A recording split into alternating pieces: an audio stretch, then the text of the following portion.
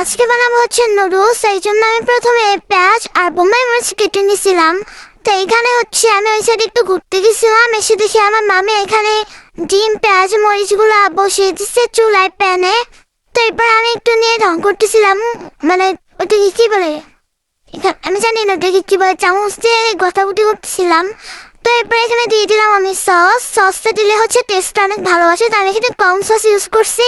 আর যেহেতু আমার কাছে এখন সয়া সস নাই, তো আমি এই জন্য এটা দিতে পারলাম না। আমি যেহেতু আমার নানু বাড়িতে আসছি, তো এখানে কিছু পাওয়া যায় না গাইস। তোমাদের কাছে থাকলে তোমরা চিলি সস মানে যে কোনো ধরনের সস তোমরা এখানে ইউজ করতে পারো। দেন হচ্ছে দিয়ে দেবো নুডলস। তো আমি এখানে 3 প্যাকেট নুডলস নিচ্ছি, প্রথমে 2 প্যাকেট দিছি, দেন হচ্ছে আমার পানি একটু বেশি হয়েছিল, দেন আমি আরেক প্যাকেট দিয়ে দিছি। তো আরেক প্যাকেট আমি লাস্টে দিয়ে দিয়েছিলাম। তো এরপর আমি এই নুডলস 2 প্যাকেটকে নাড়াচাড়া করে রান্না করে নিব। তো দেন দিয়ে দেবো হচ্ছে নুডলসের মশলা। তো মশলাটা দেওয়ার পরে হচ্ছে আমি আরেকটু নাড়াচাড়া করে নিব। নাড়াচাড়া করার পরে হচ্ছে এইটা একদম মিশিয়ে নিব, মানে হালকা পানি যখন হয়ে যাবে তখন আমি এর মধ্যে আরেকটা প্যাকেট মশলা অ্যান্ড আরেকটা নুডলস দিয়ে দেবো। দিয়ে দেওয়ার পরে হচ্ছে আমি এখানে একটু নাড়াচাড়া করে নিয়েছিলাম, অ্যান্ড দেন হচ্ছে আমার মামি এসে এটা নাড়াচাড়া করতেছিল। তো এটা দেখতে আমার কাছে ভালো লাগতেছিল না একদমই।